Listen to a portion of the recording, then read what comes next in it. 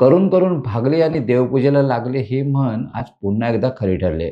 90च्या दशकात वादग्रस्त ठरलेली नंतर थेट ड्रग तस्करी प्रकरणात नाव आलेली अभिनेत्री ममता कुलकर्णी आता माई ममता नंदगिरी बनून अध्यात्माच्या मार्गावर आहे.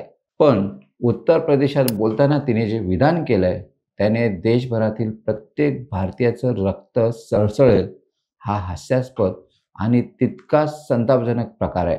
मुंबईतील 257 निरपराध लोकांचा जीव घेणाऱ्या हल्ल्याचा मास्टरमाइंड आतंकवादी नाही, भारतीय न्यायपालिका, सुरक्षा यंत्रणा आणि गुप्तरे यंत्रणा यांचा तपास खोटा आहे असं तुम्हाला म्हणायचं आहे का?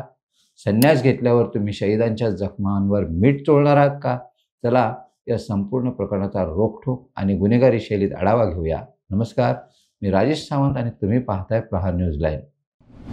एका बाजूला संन्यासी होण्याचा दावा करायचा आणि दुसऱ्या बाजूला 1993च्या मुंबई बॉम्बस्फोटाचा मास्टरमाइंड आणि भारताच्या मोस्ट वॉन्टेड दहशतवाद्यांच्या यादीत असलेल्या दाऊद इब्राहिमला क्लीन चिट द्यायची. ममता कुलकर्णी नावाच्या या दीड शहाण्या बाईनं बोलता बोलता थेट दाऊद इब्राहिमला क्लीन चिट दिली. ममता म्हणाली, दाऊद इब्राहिम आतंकवादी नव्हता, त्यांनी मुंबईत कधी बॉम्ब ब्लास्ट केलेच नाहीत, तो आतंकवादी नाही. एवढं बोलून ती पुढे म्हणाली की तिला दाऊद कधी भेटला नाही. दाऊद का कहाँ लेना देना है? दाऊद से मेरा दूर से कोई लेना देना नहीं है. किसी एक का नाम जरूर था, लेकिन आप देखोगे उसने कोई बॉम्ब ब्लास्ट या कुछ एंटी नेशनल चीज नहीं की थी देश के अंदर.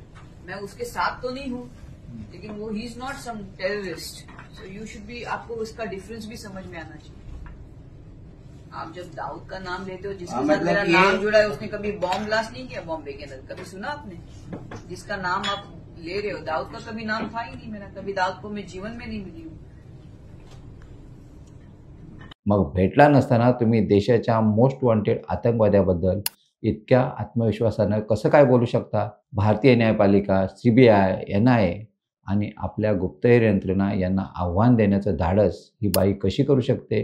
1993च्या मुंबई बॉम्बस्फोटात 297 निरपराध लोकांचा मृत्यू झाला होता. शेकडो लोक जखमी झाले होते आणि या बॉम्बस्फोटाचा मास्टरमाइंड म्हणून दाऊद इब्राहिमचं नाव कोर्टाच्या रेकॉर्डवर आहे. तो आजही फरार आहे. 90च्या दशकात करण अर्जुन, बाजीसारखे सुपरहिट सिनेमे करून गायब झालेली 2016मध्ये केनियातील ड्रग्ज तस्करी प्रकरणात जिचं नाव आलं होतं ती ममता कुलकर्णी 2025च्या कुंभमेळ्याच्या आधी ती 12 वर्षांची तपश्चर्या करून माई झाली असेल, पण अध्यात्माच्या नावाखाली मुंबईतील शहीदांच्या जखमांवर मीठ चोळण्याचा अधिकार तुम्हाला कोणी दिला?